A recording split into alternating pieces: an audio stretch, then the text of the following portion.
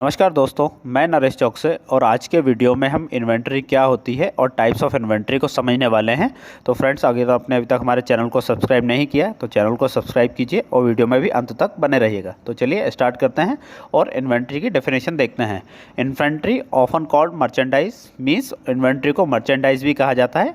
Refers to goods and materials that business holds for sale customers means वो goods और वो products और वो रॉ मटेरियल्स जो मैन्युफैक्चरर्स या ट्रेडर्स अपने पास स्टॉक करते हैं, मीन्स होल्ड करके रखते हैं ताकि वो अपने कस्टमर को आगे अपने प्रोडक्ट को बेच पाएँ, सेल आउट कर पाएँ या फिर उसी रॉ मटेरियल का यूज़ करके वो फिनिश गुड में कन्वर्ट कर पाए, है ना।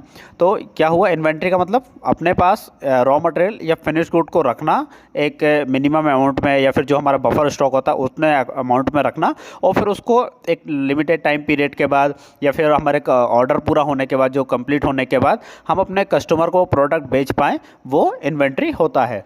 तो चलिए आगे अब टाइप्स ऑफ इन्वेंट्री देख लेते हैं। टाइप्स ऑफ इन्वेंट्री में हमारा सबसे फर्स्ट आता है raw material inventory. Means raw material ऐसा मटेरियल जिसको हम आगे प्रोसेस करके ट्रांसफॉर्म करके फिनिश गुड में कन्वर्ट करने वाले हैं और फिर उसको कस्टमर को बेचने वाले हैं, वो रॉ मटेरियल हुआ। जैसे कि हम अपने घर से बात करें, अगर हाउस होल्ड की बात करें तो जैसे स्पाइसेस होते हैं, है ना। स्पाइसेस को फिर हम कन्वर्ट करके फिर हम जो भी अपने रेसिपीज़ बनाते हैं वो हो गया।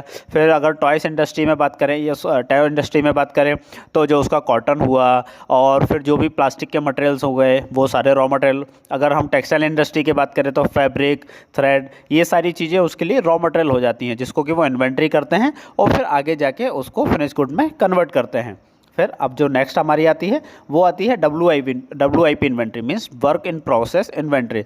मीन्स वो ऐसा प्रोडक्ट जो रॉ मटेरियल नहीं है, उसमें एक ऑपरेशन हो चुका है तो वो वर्क इन प्रोग्रेस हो गया और फिर उसके आगे भी उसमें ऑपरेशंस होने वाले हैं जिससे कि वो फिनिश गुड में कन्वर्ट होने वाला है। जैसे कि हम कोई सब असेंबलीज मान सकते हैं ना, सब असेंबलीज मान सकते हैं जो कि क्या है कि WIP में चल रही हैं। जैसे कि हम किसी एक जीन्स को ले लीजिए ना, अगर हम जीन्स को लेते हैं तो फिर उसमें कंटिन्यूस ऑपरेशंस चल रहे हैं तो वो WIP हो गया, है ना। और वहीं हमने उसको साइड में कर दिया, हो सकता है कि हमारे पास कोई शॉर्ट मटेरियल हो रहा हो या फिर हम जो अगला ऑपरेशन है वो सारे 1000 पीसेस या 100 पीसेस होने के बाद करने वाले, तो ये WIP की इन्वेंट्री हुई।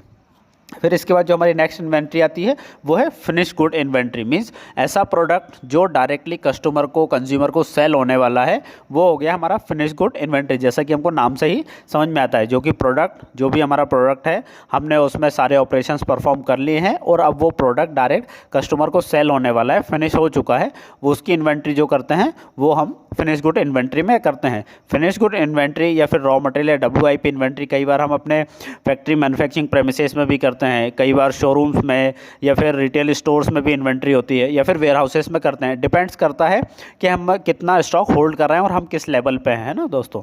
तो चलिए फ्रेंड्स, इसी के साथ आज के वीडियो को ख़त्म करते हैं। हमने और भी काफ़ी सारे वीडियोस बनाए हैं फैब्रिकेशन, मैन्युफैक्चरिंग, सप्लाई चेन पे, आप चैनल पर जाके देख सकते हैं। Thank you friends, thanks.